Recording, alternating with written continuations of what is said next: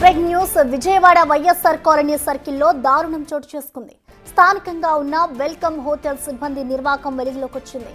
ఉప్మా దోశకు బదులు ప్లెయిన్ దోశ ఇచ్చారు. అయితే ప్రశ్నించిన కస్టమర్ అబ్దుల్ కరీం గొంతును చాకుతో కోసేశారు హోటల్ సిబ్బంది. దీంతో చికిత్స నిమిత్తం హుటాహుటిన ఆసుపత్రికి తరలించారు. సమయానికి ఆసుపత్రికి చేరుకోవడంతో అబ్దుల్ కరీం ప్రాణాలతో బయటపడ్డాడు. దాడిలో తీవ్రంగా గాయపడిన అబ్దుల్ కరీం మెడకు 10 కుట్లు వేశారు డాక్టర్లు. ఇక హోటల్ సిబ్బంది అబ్దుల్ కరీం మధ్య జరిగిన వాగ్వాదం దృశ్యాలు హోటల్లోని సీసీ కెమెరాలో రికార్డయ్యాయి. నిందితులపై కఠిన చర్యలు తీసుకోవాలని బాధితులు అబ్దుల్ కరీం కుటుంబ సభ్యులు డిమాండ్ చేస్తున్నారు. ఇటు దాడికి సంబంధించిన ఘటన ఆలస్యంగా వెలుగులోకి వచ్చింది.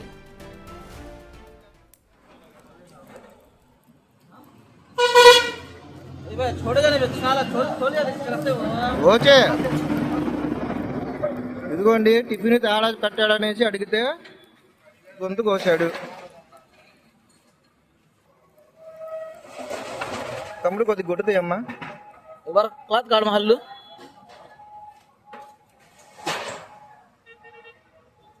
ఇది వీళ్ళు ఓనర్స్. కెమెరా నాది మా వాళ్ళది కాదు కదా, అది కెమెరా మీది కదా.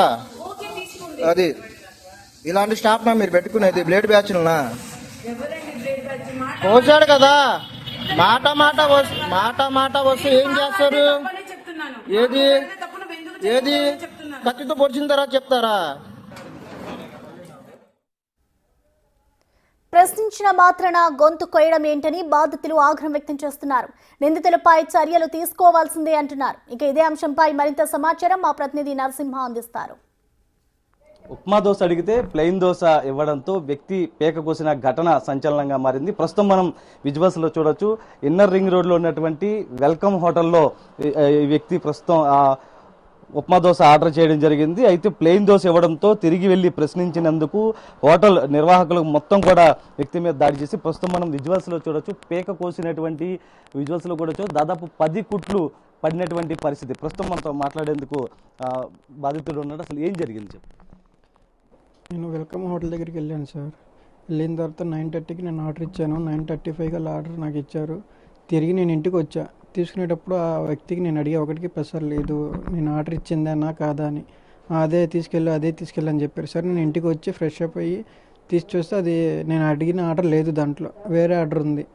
సరే నేను తీసుకున్నా, నా హక్కు కాబట్టి నేను మళ్ళీ హోటల్ దగ్గరికి వెళ్ళి ఆ ఏజెంట్ని అడిగితే వాళ్ళేమో రివర్స్ నా మీదే చేసి పార్సల్ చేసేవాడేమో పార్సల్ నా మొహం మీద కొట్టి ఇదే ఇప్పుడేంటో నా మీదకి వచ్చారు. వస్తే ఇంక మాట పెరిగి ఆయన నన్ను కౌంటర్లోకి లాగి నన్ను కొట్టారు.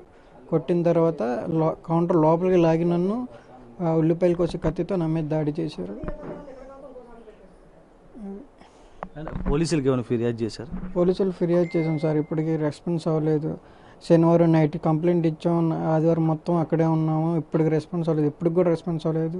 నిన్న నైట్ రమ్మన్నారు, నిన్న నైట్ 8ంటికి వెళ్ళాము, రేపు మార్నింగ్ రమ్మన్నారు. మళ్ళీ మార్నింగ్ కాల్ చేస్తేనేమో ఈవినింగ్ చూద్దాంలేండి అంటున్నారు. ఇప్పుడు దాకా నాకు రెస్పాన్స్ అవ్వలేదు. అంటే ఇంకా అక్కడ ఏమైనా ఇంకా మీ పట్ల మొత్తం పేక కోసేంత దాకా వచ్చిందంటే మొత్తం వాళ్ళంతా కూడా ఏకమైంది. దోశకు సంబంధించి ఇష్యూ నడిచిందా? దోశకు సంబంధించి ఇష్యూ నెక్స్ట్ తను జస్ట్ డ్రింక్ చేసి ఉంటారు ఆ పర్సను. ఇంకో ఏంటంటే ఆ హోటల్కి మేనేజ్మెంట్ సరిగ్గా లేదు. హోటల్ వాళ్ళే ఆ వ్యక్తికి సపోర్ట్ చేసి బండేసుకి వెళ్ళిపో, నువ్వు ఇక్కడ నుంచి వెళ్ళిపోమని ఆ కౌంటర్ ఉన్న లేడీస్ అమ్మ చెప్పింది. బండేసుకి వెళ్ళిపో నువ్వు ఇక్కడ నుంచి అని చెప్పింది. కొంతమంది పేరెంట్స్ కూడా ప్రస్తుతం ఉన్నారు. అసలు మొత్తం చూస్తున్నా మొత్తం పోలీసులకి ఫిర్యాదు చేశారా? ఏం చెప్తూ ఉన్నారు? ఫిర్యాదు చేశారండి, కానీ ఎవ్వరు పట్టించుకోవట్లేదండి. నాకు ఒక్క పిల్లోడండి.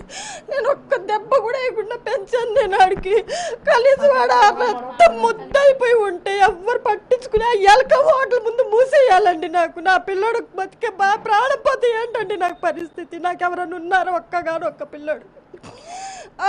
మీరు సాక్ష్యం తీసుకోవాలండి. ఇప్పుడు నాకు పిల్లాడు ఇప్పుడు ఆ పరిస్థితిలో పడుకున్నాడు. మాకు హాస్పిటల్ తీసుకెళ్ళే దిక్కు కూడా లేదు. నాకు భర్త లేడండి. ముందు నా భర్త చనిపోయి 6 నెలలు.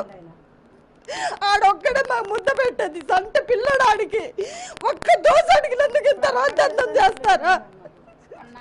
ఇవాళ మేమయ్యాం, రేపు ఇంకొకళ్ళు అవుతారు. హోటల్కి వెళ్ళి దోశ దిగుతాడు, ప్రాణం తీస్తారా? ఒకవేళ పోలీసులు ఏమన్నా వచ్చారమ్మా అసలు ఏమన్నా? వచ్చారండి, స్టేట్మెంట్ తీసుకొని వెళ్ళారు. కానీ అక్కడ గంటకోసారి మధ్యాహ్నం రండి, సాయంత్రం రండి అని 3 రోజులు మట్టి గడుపుతున్నారండి. ఆ పిల్లోడు కూర్చొని మాట్లాడే శక్తి కూడా ఆడ దగ్గర లేదు.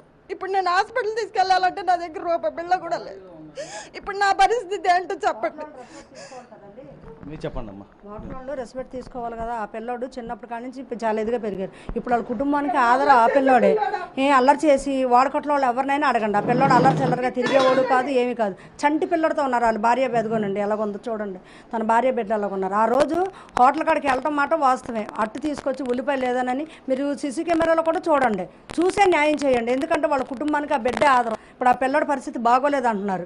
ఏమైపోతారని వీళ్ళందరూ ఆంధ్రజ్యోతి చుట్టుపక్కల మేమందరం కూడా మేము చూస్తున్నాం. మేము ఆ పిల్లోని అందరిని ఎరిగిన వాళ్ళం కాబట్టి మేము చెప్తున్నామండి. అట్టుగురుండి వెళ్ళినందుకు అలా చేస్తే రౌడీ ముఠాన్ని నడుపుతున్నారా వాటిల్లోనూ? దాని గురించి మీరు కొంచెం చర్య తీసుకోండి. అంతకన్నా ఆ పిల్లలకి ఆ కుటుంబానికి న్యాయం జరిగేలా చేయండి, ఇంకొకరు చేయకోకుండా. ప్రస్తుతం ఏదైతే వ్యక్తికి సంబంధించినటువంటి ఆ భార్య పిల్లలతో పాటు ఉన్నారో ఇంటికి వచ్చిన తర్వాత దోశకి సంబంధించి చెప్పారు, దోశ తీసుకొస్తానని చెప్పి తర్వాత పేకొచ్చిన తర్వాత అసలు ఏం జరిగింది, ఏం చెప్పారు? అది రక్తంతో అలా ఉండిపోయారండి. ఆయనకి 4 ఫ్రెండ్స్ అందరూ అక్కడే ఉన్నారు. మరి ఆ రక్తంలో ఏంటో అసలు పొజిషన్ అసలైతే బాగాలేదు. అసలు ఆయనకి కత్తి ఇక్కడ పడితే ఇంకా మాకెవరు చూసుకుంటారు? నా చిన్న పిల్లోడు, మమ్మల్ని ఎవరు పోషిస్తారండి? అది మాకైతే న్యాయం జరగాలండి. ఎవరైతే కొట్టాడో ఆడికి తీసుకొని రావాల్సిందే.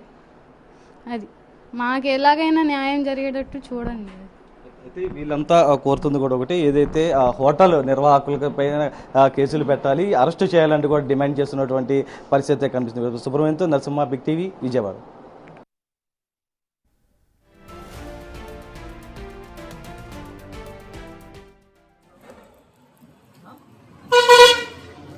छोड़ेगा नहीं